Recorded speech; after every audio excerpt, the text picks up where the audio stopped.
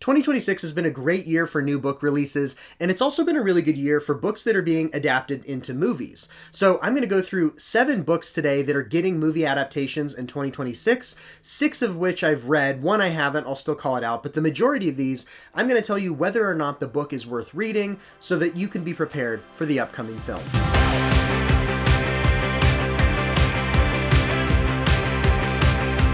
Hello and welcome back to the channel. My name is Zach. As always, I am here to give you book recommendations, to talk about all the books that I've been reading, what I love, what I didn't love, and today I wanted to talk about books and movies because there are a lot of new films that are coming out based on really good books. And obviously, we all know that it's generally better to read the book before seeing the movie if you can, but let's be honest, not all of us have the time for that. So I'm here to tell you which books are especially worth reading before going into the movie. Now, obviously, I recognize that we are over halfway through 2026. I probably should have made this video like 6 months ago, but you know what? I don't regret it. The best time to plant a tree was yesterday or 10 years ago, and the second best time is now. Fool me once, shame on me. What am I talking about? First up, we have the Project Hail Mary movie that starred Ryan Gosling. This came out in March of this year.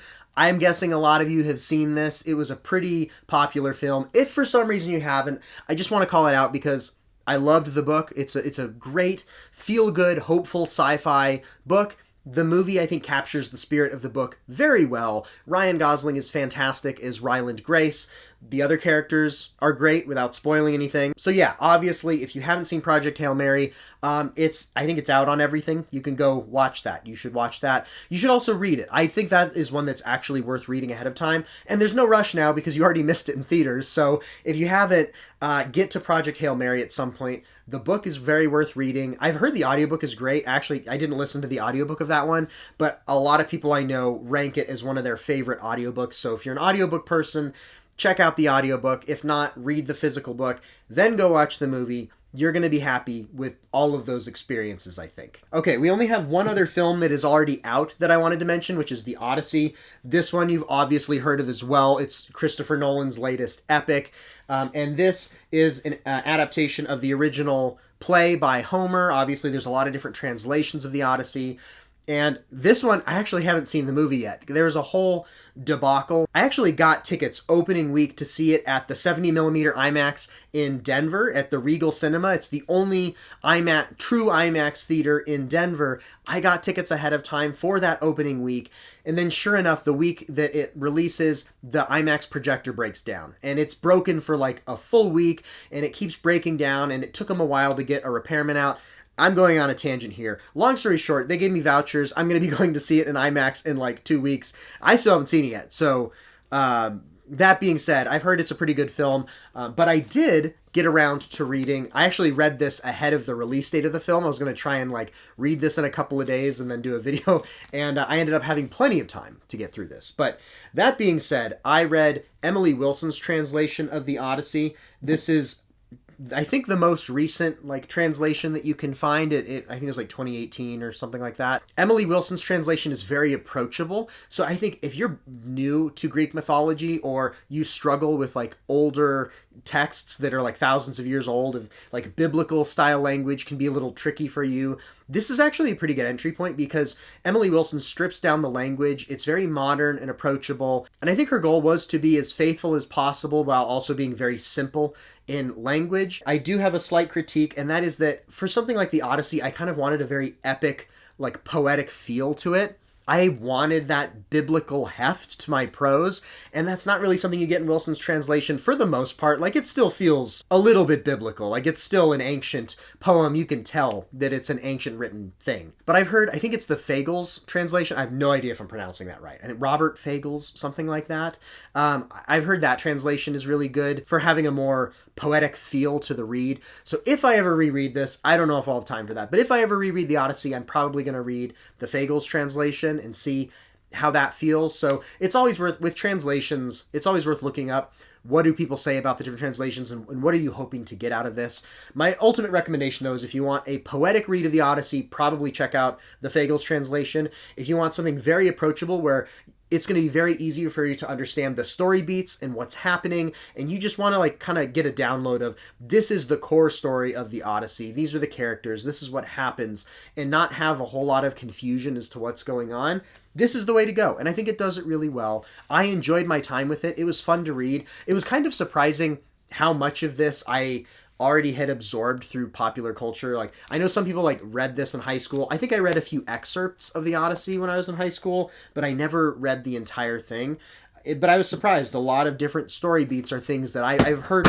Oh, dang it. A lot of the story beats that I read about are things that I've seen in various like popular media and culture and things like that, which was pretty fun. And it's cool to like see kind of the source of so many tales that like so many stories today kind of do go back to like the roots we have of some of these really ancient stories. And that's always fun to see. So if you haven't read the Odyssey, I do recommend it. I think this isn't, because it's simple and it's like stanzas of prose, because it's simple and it's like stanzas of prose, you can get through this quicker than you'd think for like a 500-page book. The next movie coming out this year based on a book is The Dog Stars. This comes out, I think, within the next week, starring Jacob Elordi.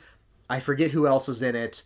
And this is the one on the list that I have not read. I'm mainly including it, one, because it's based on a book, but two, I've heard quite a few people say that this is a really good book. I've had this recommended to me in real life multiple times. It's post-apocalyptic. It's also, I'm pretty sure it's set in Colorado, which is where I live. Don't dox me. And that's always fun. I love like having a post-apocalyptic setting in my home state. Well, we got that a little bit with Stephen King's The Stand.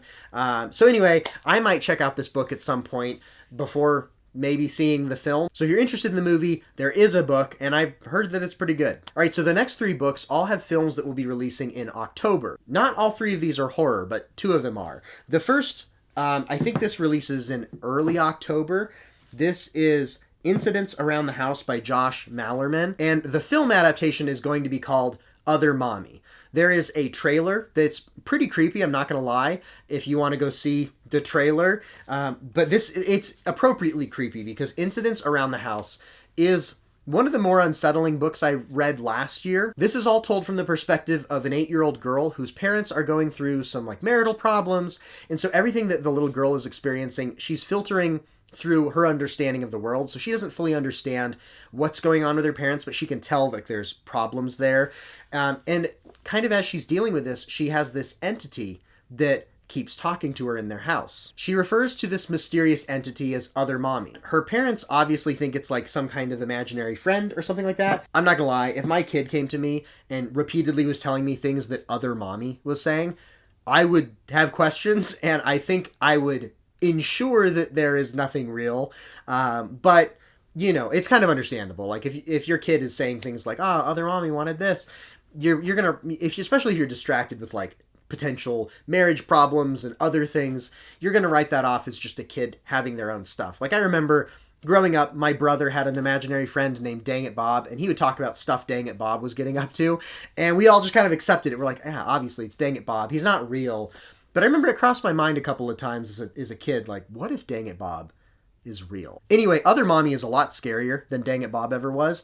And she keeps asking Bella, the little girl, this one question: can I go into your heart? What the hell kind of a question is that? Obviously no. Like, that's a hard stop. Now, thankfully, our 8-year-old protagonist is smart enough to feel like something is off about this. And so she's saying, nah, I don't know about that. No, I don't want you going inside my heart. That's kind of freaky. And so the story goes from there. And I think that sets up everything you need to know about this book. There's this malevolent entity talking to the kid. The story's all from the kid's perspective. And her parents slowly start to have to come to terms with there is something actually going on here. Very creepy book. I do recommend it. Great for spooky season. If you want something scary, this is a pretty scary read. And the movie looks also pretty scary. Like, I plan to watch that at night sometime in October. And, I'm going to have to leave the hall light on for a while, probably. I'm going to have to avoid going to the bathroom after it's dark, It's just the price you have to pay for a good horror film, and I'm willing to pay it. But, yeah, if you want to see that movie, I do recommend the book. Not crazy long either. That's the nice thing about a lot of horror novels are shorter, so you could get through this pretty easily. But, yeah, check out Incidents Around the House by Josh Mallerman, and then Other Mommy, which comes out in early October.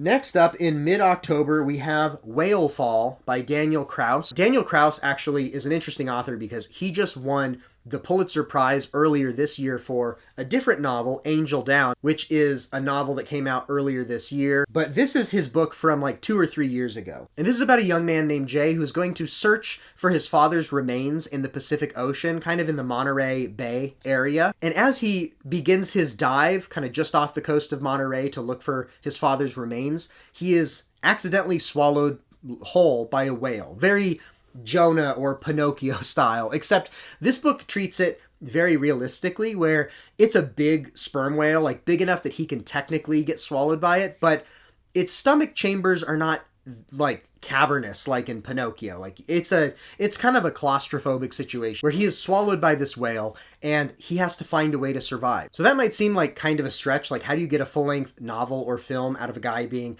trapped inside a whale? But it actually works pretty well. It's like a survival story or almost survival horror. But the other element of this book is a series of flashbacks of Jay and his father. And so this very much is a father-son story and the issues he had with his dad. And him trying to come to terms with various things in his life and with his dad and his relationship with him as he is trying to get himself out of this horrible situation. So I thought it was really well done. It was pretty captivating. I read this in a couple of sittings. The horror of being swallowed by a whale in the depths of the ocean is truly terrifying. Like that's probably more scary than like the other mommy stuff even. Like something about the ocean, you know, that thalassophobia is so real. And this capitalizes on that very well. But again, it has a very strong emotional core of Jay and his father, and those things kept the novel very interesting, and I'm glad I read it. I really did enjoy this novel, and I'm a little curious about the film. Like, I feel like it might be too much. I'm not sure I'm ready to handle this in film form. I'm also a little worried, like, maybe it will be more boring in a movie format. We're going to see. But I do think you should read the book, and probably check out the movie when that comes out in mid-October. One of my absolute favorite books that I read last year was Clara in the Sun by Kazuo Ishiguro. Obviously, Kazuo Ishiguro is a very well-known and respected author, speculative fiction. He's recognized more in the literary circles, if that means anything to you. Like, he is very much like a literary author, but a lot of his stuff has speculative elements or occasional sci-fi or fantasy elements, which I think is really cool. Like, he is a sci-fi and fantasy author, even though he's also very elevated in his craft and like recognized kind of outside the genre sphere, which is not like the most important thing to me, but there is something cool about it. I do like the way he writes very literary stories that have those speculative elements. Clara in the Sun, I think, is probably my favorite novel of his that I've read so far. And this has a movie coming out in October as well. Now, Clara in the Sun is about an artificial friend, which is basically like an android, an arguably sentient android named Clara, who is purchased by a wealthy family for their sickly daughter so that she has a friend and a tutor, someone who can keep her company. And in this world, these artificial friends are very much used for that purpose, mostly by wealthier people who can afford them, as kind of like an augment to social and learning aspects of their children's childhood development. And so right off the bat, we get like a really interesting world setup. One of the things I love that Ishiguro does is he has pretty rich world building that he barely talks about. Like, you kind of start to get pieces of there are political things going on in this world. There's some unrest. There is some potential ecological stuff happening, but that's not at all our focus because we are entirely in the perspective of Clara, who is this childlike android who doesn't even fully understand humanity the same way. Like, she has her own lens through which she sees the world, like literally and figuratively. You know, she's not a human, and there's a lot of human-like qualities. She's obviously been programmed to be human-like, and I think by the end of the novel, this is one of those books where you start to question, like, what does it mean to be human and to be sentient? But because she's not truly like an actual human child, her perspective is way different. So all of the world building we get is either through Claire's observations, which she doesn't understand how the world works. So she thinks the sun is this like benevolent entity because artificial friends are solar powered and they can recharge from the sun. So she sees the sun as this friend, this mysterious friend or deity in the sky, things like that. Her observations are not exactly correct necessarily. And then she'll overhear snippets of conversation from humans, particularly adult humans, and they'll talk about various goings on in the world, and she won't understand it, but as a human reader, presumably, you'll be able to say, oh, I think there's some weird like maybe political stuff happening in the backdrop of the city that we don't know about that is causing some unrest or some problems. That was all super fascinating. And again, it's so lightly there that it allows you to fill in the gaps in a lot of ways and extrapolate. And I think that's where the literary touch of the book comes in. You're really trying to make connections as to what's happening. It's really satisfying. But ultimately, the most satisfying part of this book is Clara and her optimism and joy at like experiencing life and trying to fulfill her function and purpose. And she's such an interesting mix of a character who feels very human in some ways, but also very robotic in others. Like she has a function to perform and she's going to perform it. And this very much kind of makes you ask, where is the line between humans who have functions to perform and what is sentience? And the last thing I'll say about this book is there is a twist about partway through that I found really interesting. This goes in some places I didn't necessarily expect, but I really liked how everything plays out. So I highly recommend Clara and the Sun by Kazuo Ishiguro. And I guess the whole point of this video is that there's a movie coming out directed by Taika Waititi, and it's starring Jenna Ortega and Amy Adams, and I'm forgetting who. There's a few other notable actors in it. I'm a little hesitant on the movie. The movie's trailer feels a bit more humorous in tone than the book. Like the book has some like amusing moments to it, but I'm a little worried they might be leaning too heavily into the comedy for the film.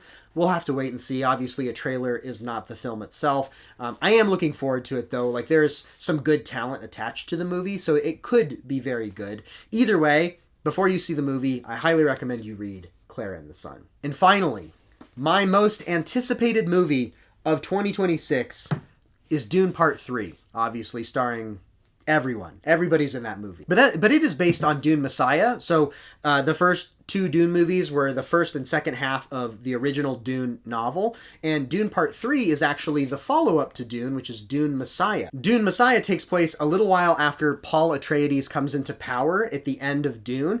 And so what's really interesting about this book is it looks at what happens after a man like Paul Atreides comes to power. He was very much felt like the hero in the first book, or kind of. Like, it was very much Herbert's intention that we're supposed to question Paul Atreides. Like, is he truly a hero, or is he a cult of personality that is going to inevitably lead to the doom of humankind? And I think that is kind of the direction the story goes. Like, we see snippets of that in Dune, and he's very much a cautionary tale about even a well-intentioned hero who is a cult of personality, who is able to rise together a massive following of like zealous, almost religious fanatic followers, is inherently going to be a problem for humankind. Like, no matter how well-intentioned and how good you originally are, that kind of power corrupts, and no single human can actually deliver on that kind of like benevolent vision. And that's what we start to see the cracks in Dune Messiah, of Paul Atreides trying to manage his power,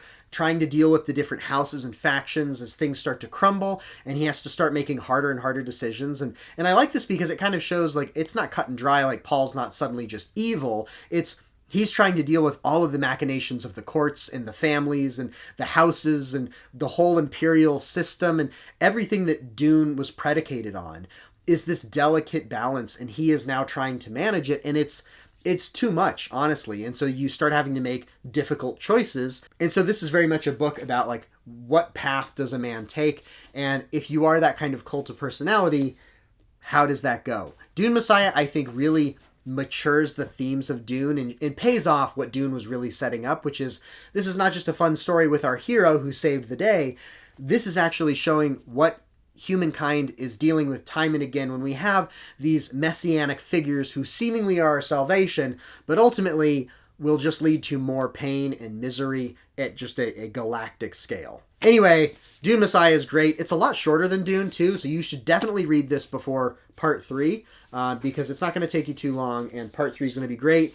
Dune Part 3 doesn't come out till December, so before you see it, read Dune Messiah. I promise you won't regret it. So there we have it. Those are 7 novels that have movie adaptations coming out this year. A couple of them have already come out. One of these I haven't read, so, take the dog stars with a grain of salt. But overall, I recommend the 6 of these that I have read. I do recommend all of them. I think they're all worth reading, especially if you're planning to see the film. It's always fun to see what the differences are. Usually there's some depth you'll never get in the films that books are able to convey. And then, of course, there's things that the medium of film can do that books don't have, like the musical score and like a lot of the visual elements. It's really fun to compare the two. So I recommend you go read these books, then see the films, and then let me know in the comments. Have you read any of these? Have you seen either of the 2 films that are already out? Love to hear all of your thoughts. But again, thanks so much for hanging out and listening to me talk about books and films. It's an exciting time to be a reader, and I always love coming on here and chatting with a bunch of other people who love this stuff. So thank you again for listening, for watching, for liking and subscribing if you're doing those things. If you're not, that's okay, but you can if you want. One of these days, I will think of an outro. I promise that's not my, that's not going to become my outro. I know some people will have a fake outro and it just becomes the outro. I actually want something cooler than this, and I'm probably overthinking it at this point. At this point, no one's probably listening either. So anyway, thanks for watching.